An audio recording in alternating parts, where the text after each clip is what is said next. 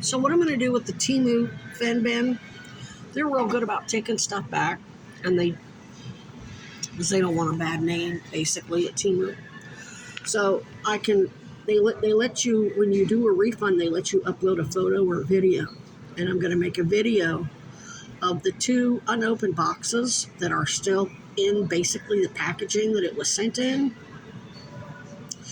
and the one that's opened, and I'll have the cap off of it so they can see that that pretty much all the pills are still in there. It's pretty much full. And their English is good. I'll say, Temu, I do not think this is a reflection on you. I think we were duped. I was duped. All of my medicine has been tampered with, sometimes at the pharmaceutical company, sometimes in the mail, sometimes at some third-party seller somewhere else. And they saw me putting fenbenzonol pills in Temu in my cart. And when I would go get ready to buy it a couple weeks later, they were no longer available. And then they opened up a shop, sold me some good stuff, then took those down, and then opened up a third-party seller in the U.S. and sent me bad product. And so I don't think this is a reflection of Temu, and I'll let them know that one of the unopened boxes that's like, it's the bottle itself is sealed with one of those, like, see how this ring right here, it's connected, and then once you twist it, it unseals it, it snaps, and that's kind of how those bottles are. But they're in a box that says fenbenzonol, and then that box is wrapped in cellophane. And I'll explain to them that I have to give them an unopened box so that to the, I'm just going to say state police. If I say CUSI, they're going to be like, who the fuck is that? So if I say state patrol, they'll know it's an investigative agency that's going to test it. And explain to them that if I had given them the open bottle with the bad stuff in it, they would just say that I switched the pills out. So by giving them a sealed up bottle that is unopened, that's still in the box, that still has the wrapper on it, the suspects can't say that there was any tampering done with it, that it was a setup, it was a plant, whatever crap. And I'm not going to request a refund to my debit card, because then they'll think, well, she's just lying to get money back for whatever.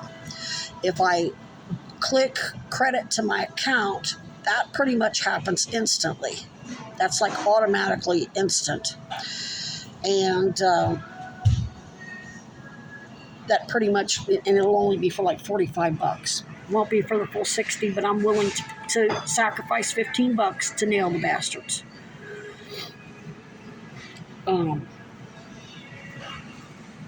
So, and that $45 will get me a pair of boots and a good pair of waterproof gloves that are thermal insulated, so I can finish my cabin. Didn't need them before.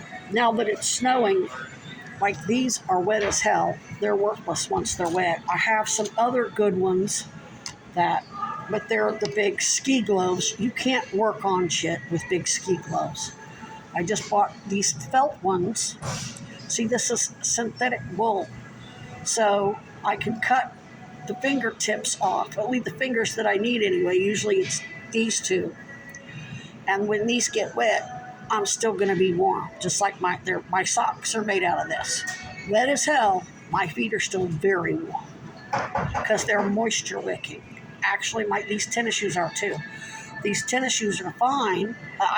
My feet are quite warm trudging through that snow, but the bottoms are not slip resistant. I'm sliding all over the place. Damn near, watch the video of me climbing on the number 7 when I first came downtown.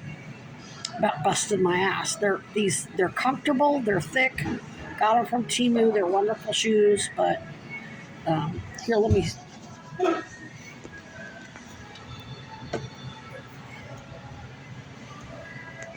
They're great.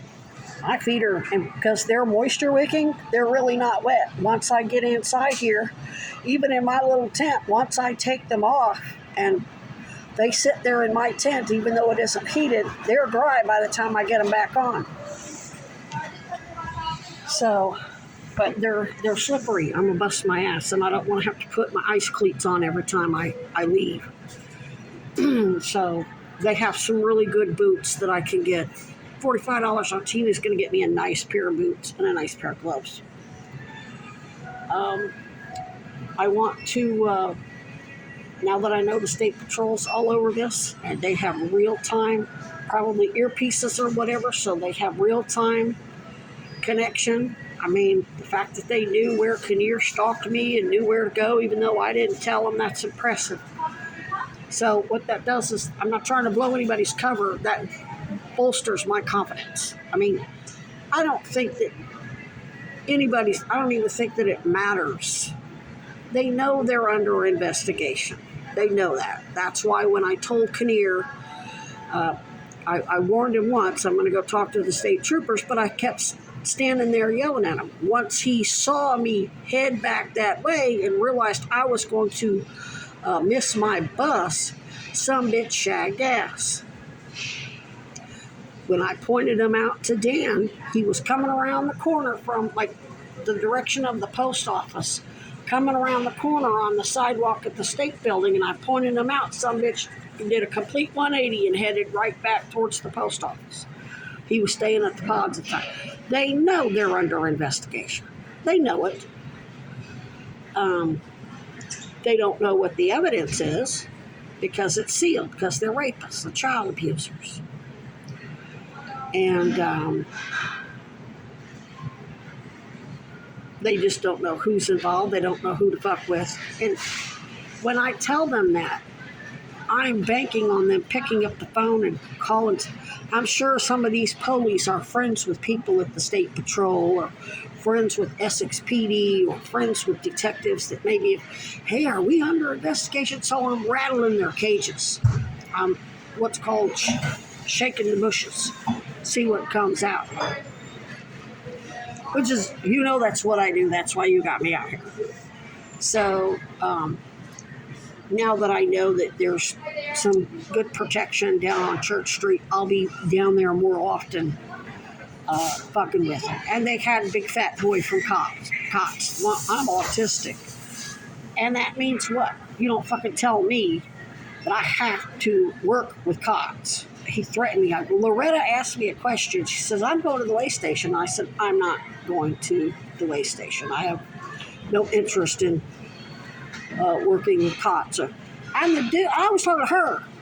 He jumps up, well, if you're not going to work with COTS, then... And I'm like, bitch, I'm not even talking to you, you big ugly fuck. Who the fuck are you to stick your dick in a conversation and threaten me in the process? This is while I was down at the day station. So they really wanted to be able to handle the situation. But yeah, however, when I was down there tonight, I didn't see any of their other snitches. So I'm thinking the snitches already know they've been forced to kill each other. Alex was forced to kill Ben. Wasn't nowhere for him to go. Where was he going to go? Back then, see, this is a couple years ago, where was he going to go to report that the police asked him to murder somebody? Well, where was he going to go? Where was Jana going to go when she had her own kids? I knew Alfonso had. They all knew Jana, Ben, and Sarah St. Louis. Now, Alex doesn't have any kids, but Alex, Ben, Sarah St. Louis, and Jana, 3 of which have kids. They knew if they told whoever asked them to kill me, fuck you, I'm going to turn you in, they'd get killed, their kids get killed, and then they'd still find somebody to kill Alfonso and Ben and Brandy for them. This is what I say, can't nobody call Vermont progressive, because there isn't equal justice. You don't have any oversight on your police. Do you have the state patrol who can arrest them? Yeah, but you knew all this shit was going on and didn't provide a safe space for any of them to not be forced to kill somebody or fuck with me or, stir up shit. Where was Loretta gonna go? She's got a little girl. Where the fuck was she gonna go to report the shit? Who was she gonna go tell? Mayor Weinberger asked me to follow this lady and help them kill her and set her up for shit, like her and her boyfriend did down at Walgreens. When Adam and I walked out, her boyfriend ran up on Adam and was about to hit him, and then she yelled, "Oh no, you started it."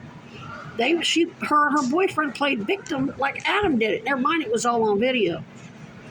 And then there was Toby standing right there, their other snitch, and there was that other snitch that came around the corner that I met. You got his phone number because he gave me his phone number when I was down at the federal building when they were protesting over they were protesting about the pandemic. I don't remember what policy they were protesting and suing over in the federal building, but that wasn't the summer of, that was like the summer of 2021. And I remember my mouth was in so much pain I couldn't hardly speak. And then he made sure he bumped into me at the bagel shop out on North Avenue near Hannaford's a couple times too. He's a real creep. I've got his picture. Then he tried to steer me over to the pods.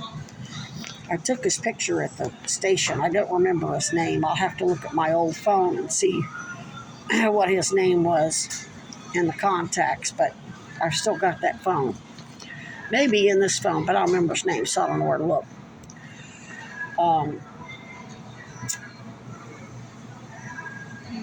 But anyway, I will be enthusiastically assisting you, but I think most of these snitches, now that they realize what's what, I don't think they're going to be down there too much. Only the ones that actually get off on it, like Bill Kinnear, Ted Slice Joe,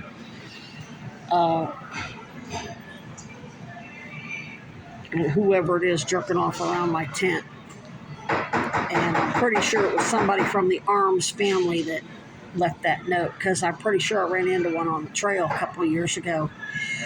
It was pretty sure it was either during the summer or the fall. It wasn't cold. I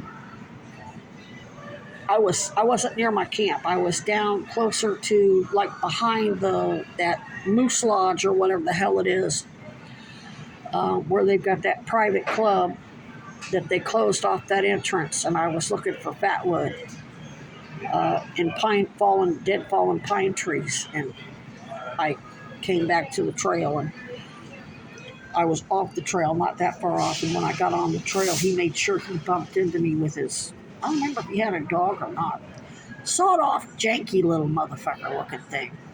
But this is Vermont. Most of your millionaires don't really look like billionaires. They look like slobs.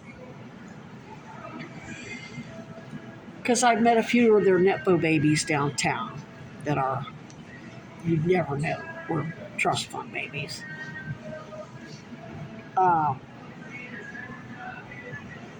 But anyway, that's my plan for now. I am probably going to go to the library. I'm going to have to fly a sign here soon.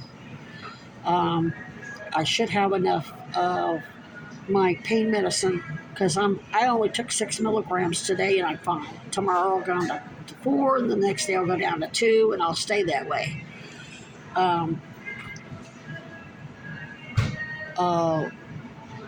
So I should have enough of that to get me through. We get paid early because Thanksgiving is right before the 1st. I think the 1st is like on a Monday or something, or maybe on a Sunday, and Thanksgiving is like the last weekend so we'll get paid that Wednesday. So I'll only have a week and a half until I get paid, 2 weeks, something like that. And I got some food. I still got some eggs and some cheese, but I'm going to need some. I'm here to wait for the 6 o'clock so I can get the day old bagels. They're much bigger. They're $3. And for $3, I get 4 times. If I could get $1.25, 4 little tiny bagels over at Dollar Tree, but no, they're $1.50. So if I got 2 of them for $3, I'd still only get about half of what I'd get for $3 here of the day old, because these bagels are much bigger and they're healthier. Those things aren't even fully cooked. When I cut them with my knife, there's like raw dough on the knife, and I gotta clean it so it doesn't rust. So I'm gonna fly a sign. I'm not sure how much cash I'm gonna need. I'd like a little extra just in case I need it for cancer pills or whatever. I haven't counted my chemo pills, and I'm taking more than I usually do, but I still have 3 more shots of Losephin I can give myself, and that shit works fast. Got another shot last night while I was at Hannaford. I'm doing it every other day. I'm not doing it every day because it hurts too bad. It's not when I give the shot. I mean, I'm a phlebotomist. I know how to give a shot in the butt. But that medicine sits there, and as it penetrates the tissue, it hurts, and my ass is sore. It hurts to sit up. It's killing me to sit in this chair. I think I can do it in the thigh, too. I'll start doing that, but I think every other day is going to be fine for now. Watch. We better start getting some surveillance on the Losephin manufacturers and supplies. They're going to start fucking with it. Guaranteed. Wouldn't be surprised if I saw my packages in KCMO. Don't be surprised since Munoz is there, don't be surprised if that shit don't get fucked with.